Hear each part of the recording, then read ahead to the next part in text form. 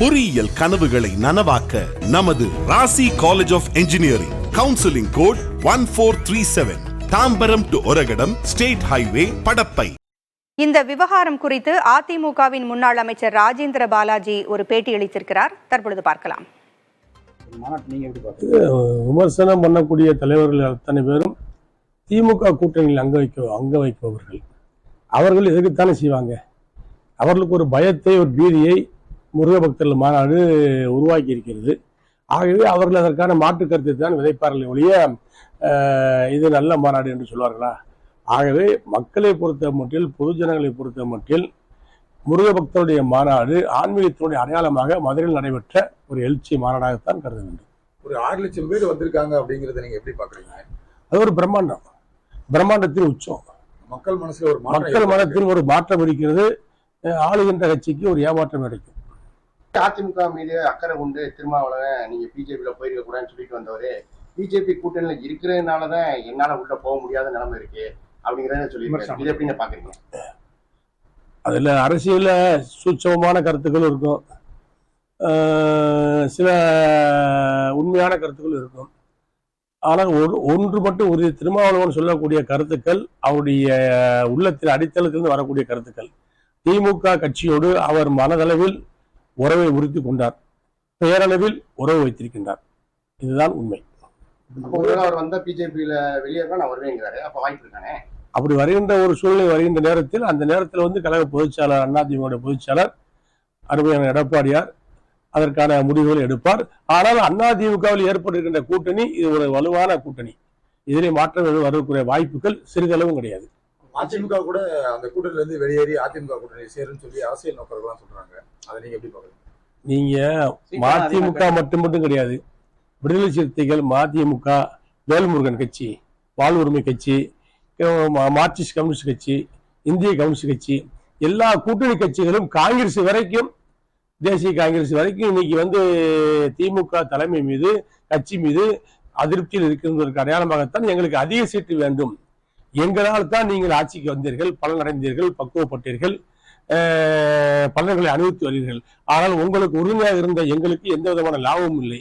நாங்கள் கொடுத்த கோரிக்கைகளையும் நிறைவேற்றவில்லை, நீங்கள் சொன்ன கோரிக்கைகளையும் நிறைவேற்றவில்லை. ஆகவே இந்த முறை நாங்கள் தேர்தலில் அதிக சீட்டுகளை கேட்போம், பெறுவோம் என்ற ஒரு கண்டிஷனை போடுகிறார்கள் என்று சொன்னால் அங்கே ஒரு பூகம்பம் எழுகிறது என்றுதானே அர்த்தம். ஆகவே திமுக கூட்டணியில் சலசலப்பு ஏற்பட்டு விட்டது, அங்கே பிரச்சனை உருவாகிவிட்டது. அந்த கூட்டணியும் முறியக்கூடிய வாய்ப்பு இருக்கிறது, வெளியேறக்கூடிய வாய்ப்பு இருக்கிறது. எல்லாம் கரெக்ட்னே. ஆனா தடுக்கிறது ஒரே ஒரு கட்சி தானே. தமாக்கா வர்றதுக்கு ரெடியா இருக்கு, எல்லா கட்சியும் அங்க இருந்து வர ரெடியா. தடுக்கக்கூடிய ஒரே ஒரு கட்சி இப்ப பிஜேபி மட்டும்தான். காலம் இருக்கிறது, நேரம் இருக்கிறது, அதற்கான தருணம் இருக்கிறது. சமயம் சந்தர்ப்பம் வருகின்ற பொழுது மாற்றங்கள் வரும். அதற்காக நம்பியவர்களை ஏமாற்றுகின்ற பழக்கம் அதிமுகவுக்கு கிடையாது. நம்பி ஆதரவு கொடுத்தவர்களை ஏமாற்றுகின்ற பழக்கம் எங்கள் அண்ணன் எடப்பாடியாருக்கு கிடையாது. ஆகவே வருகின்றவர்கள் எங்களோடு உறவு வைத்துக் கொள்ளலாம், எங்களோடு கூட்டணி வைத்துக் கொள்ளலாம். அதை அதிமுகவுடைய தொண்டர்கள் முழுமனதோடு ஏற்றுக்கொள்வார்கள்.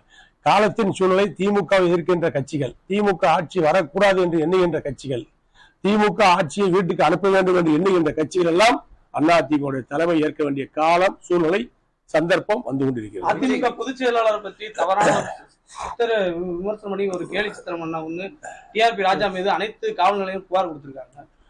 மேற்கு மாவட்ட சார்பா நீங்க எதுவும் புகார் கொடுத்திருக்கீங்க? நாங்கள் புகார் கொடுத்திருக்கோம். மாவட்ட கழக சார்பாக, மாவட்ட வழக்கறிஞர் சார்பாக, மாவட்ட ஐடி சார்பாக புகார் அளித்திருக்கின்றோம். நடவடிக்கை எடுக்க சொல்லி மாவட்ட கண்காணிப்பாளரிடத்தில் வேண்டுகோள் வைத்திருக்கின்றோம். ஒரு லூசுத்தனமான வேலையை லூசு பள்ளி செஞ்சிருக்காங்க. ஏன்னா இது போல காடுகளை நாங்களும் திமுக தலைவர் மீது போட ஆரம்பிச்சு சொன்னா திமுக தலைவர்கள் நிம்மதியா இருக்க முடியாது. எங்கள் வாயிலிருந்து வரக்கூடிய வார்த்தையெல்லாம் வெடிகுண்டாக்க வரும்.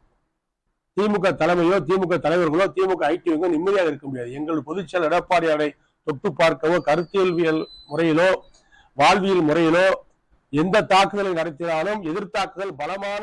மறைந்த முன்னாள் தலைவர்களை விமர்சித்திருக்க வேண்டிய அவசியம் இல்லை என்று கூறிய ராஜேந்திர பாலாஜி திமுக கூட்டணி குறித்தும் பேசியிருக்கிறார். இந்த பேட்டியில் திமுக கூட்டணியில் இருக்கின்ற பல கட்சிகள் அதிருப்தியில் இருக்கின்றன, திமுகவை எதிர்க்க வேண்டிய, திமுகவின் ஆட்சியை அழிக்க வேண்டும் என்று நினைக்கக்கூடிய எந்த கட்சி வேண்டுமானாலும் தங்களுடைய கூட்டணியில் இணையலாம் என்றும் அவர் கூறியிருக்கிறார்.